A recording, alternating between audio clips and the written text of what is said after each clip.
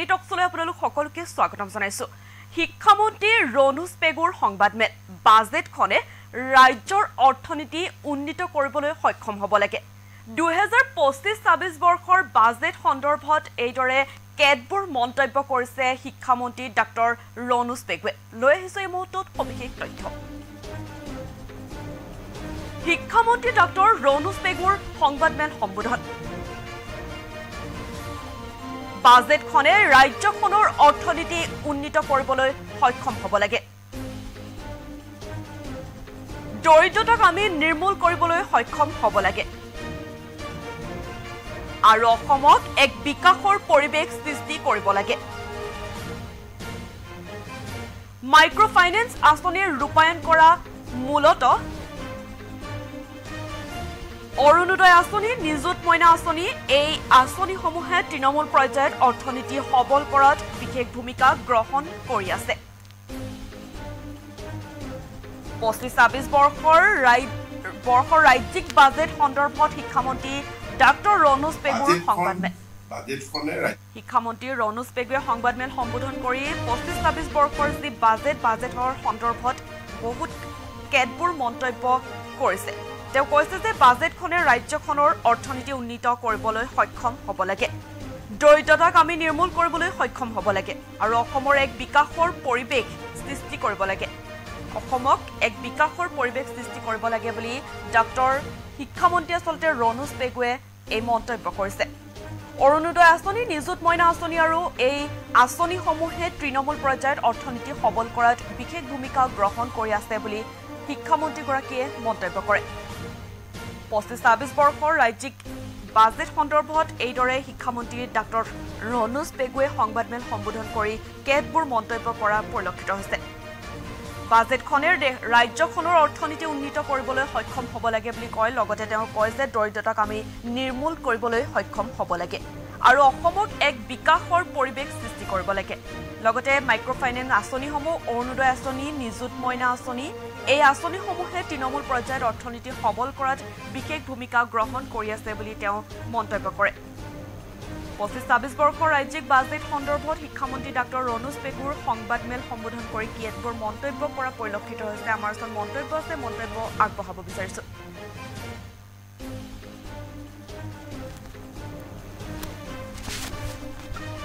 ৰাজ্যখনৰ ইকনমিটো উন্নীত কৰিবলৈ সক্ষম হ'ব লাগে, দৰিদ্ৰতাক আমি নিৰ্মূল কৰিবলৈ আমি সক্ষম হ'ব লাগে আৰু অসমত এক বিকাশৰ, সেই ঔদ্যোগিক ক্ষেত্ৰতেই হওক, কৃষি খণ্ডতেই হওক, এটা বিকাশৰ পৰিৱেশ সৃষ্টি কৰিব পাৰিব লাগে, যিটো আজিৰ তাৰিখত আমাৰ ইয়াত প্ৰতিফলিত হৈছে।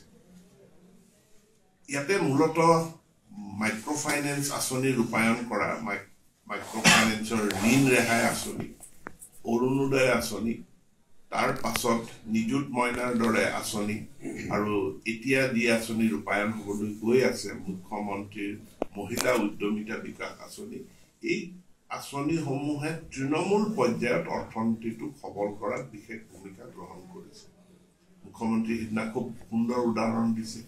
আজি 5,000 কোটি টকাৰ সামগ্ৰী ক্ৰয় কৰি, সূতা কম্বল ইত্যাদি ক্ৰয় কৰি ৰাইজৰ মাজত বিলালে ৰাইজে সূতা কম্বল হয়তো পাব, কিন্তু এই 5,000 কোটি টকা গুচি যাব অসমৰ বাহিৰৰ এখন ৰাজ্যলৈ, যি ৰাজ্যত এই সূতা কম্বলৰ প্ৰডাকশ্যন হয়।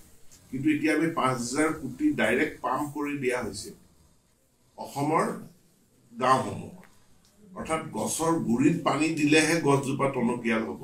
গতিকে এই আঁচনিসমূহে অসমৰ, যাক আমাৰ বিৰোধীসকলে উপলুঙা কৰিব বিচাৰে যে হিতাধিকাৰী সৃষ্টিৰ আঁচনি বুলি, কিন্তু এই আঁচনিসমূহে অসমৰ গ্ৰাম্য অৰ্থনীতিটোক যথেষ্ট টনকিয়াল কৰিছে আৰু টনকিয়াল কৰি গাঁৱত দৰিদ্ৰতা নাইকিয়া কৰিছে আৰু তৃণমূল পৰ্যায়ৰ পৰা এটা উদ্যমিতাৰ পৰিৱেশ সৃষ্টি কৰিছে। আমি কৃষি নিৰ্ভৰশীল ৰাজ্য, কৃষিটো আমাৰ কাৰণে খুবেই গুৰুত্বপূৰ্ণ। আমি ধেমাজিৰ নিচিনা জিলাত আমি জানো নিজে যে আমাৰ ইয়াত এসময়ত ধানৰ মূল্য কুইণ্টলত 800 টকা, খুব ভাল হৈছে বুলি ক'লে 1,100-1,100 টকাটো খুব ভাল দাম বুলি আমি গণ্য কৰিছোঁ।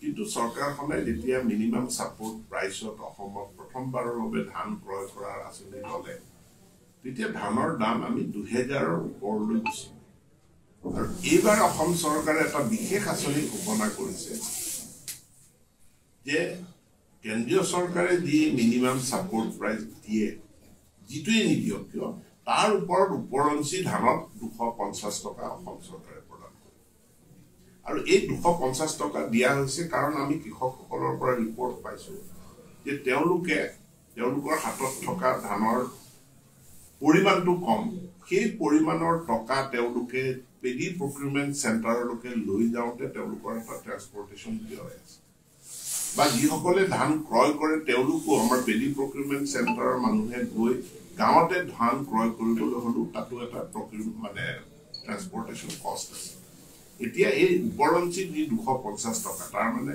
যদি ধানৰ মিনিমাম ছাপোৰ্ট প্ৰাইচ 2250 টকা হয় তেতিয়াহ'লে অসম চৰকাৰৰ যিটো উপৰঞ্চি সংযোজন 250 টকা তাৰ ফলত ধানৰ মূল্য কৃষকে পাবলগীয়া মূল্য হ'বগৈ 2500 টকা একেধৰণে সৰিয়হৰ ক্ষেত্ৰত 500 টকাকে মানে চৰকাৰে উপৰঞ্চিভাৱে দিয়াৰ সিদ্ধান্ত লৈছে তৃতীয় এটা আইটেম অসম চৰকাৰে উদগনি জনাব বিচাৰিছে সেইটো হ'ল গোমধানৰ প্ৰডাকশ্যন আমি অসমত বৃদ্ধি কৰাব বিচাৰিছো কাৰণ গোমধানৰ বহুমুখী তাৰ ব্যৱহাৰ আছে যে ই গোমধান হ'ল পশু খাদ্য মাছৰ খাদ্যৰ এটা ইম্পৰ্টেণ্ট কম্পনেণ্ট গতিকে বাজেটখনে ৰাজ্যখনৰ ইকনমিটো উন্নীত কৰিব